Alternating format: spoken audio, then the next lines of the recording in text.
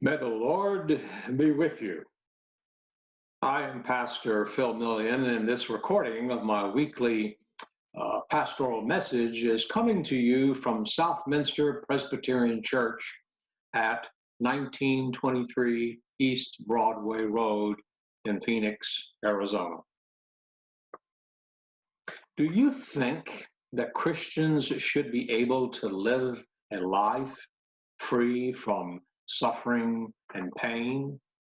Or if we turn that question upside down, do you think people who are not Christians, and maybe particularly those who might be demonstrable sinners, do you think that they deserve to have bad things and life happen to them? These questions penetrate to the very core of the gospel message and the nature of God's love and grace for us.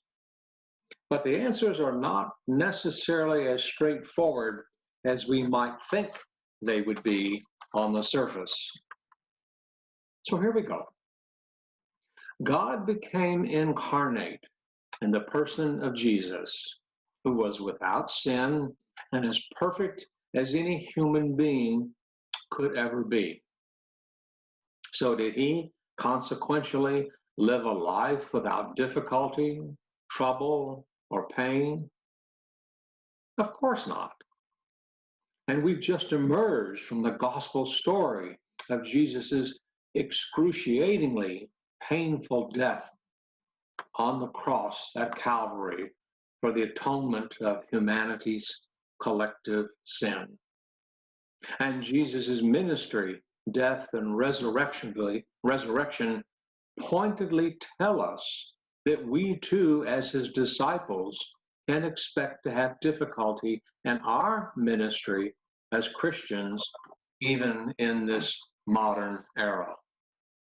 Scripture plainly tells us that.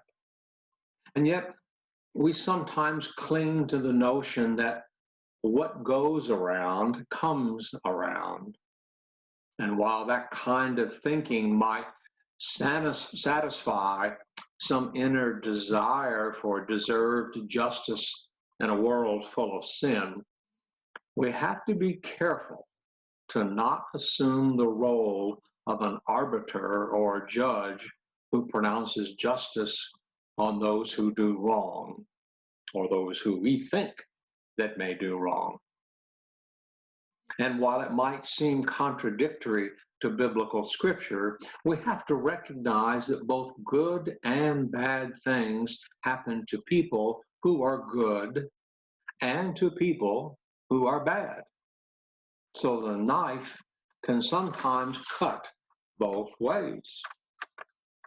But when all is said and done, we must finally recognize that God is indeed in control. He does have a divine purpose for his creation.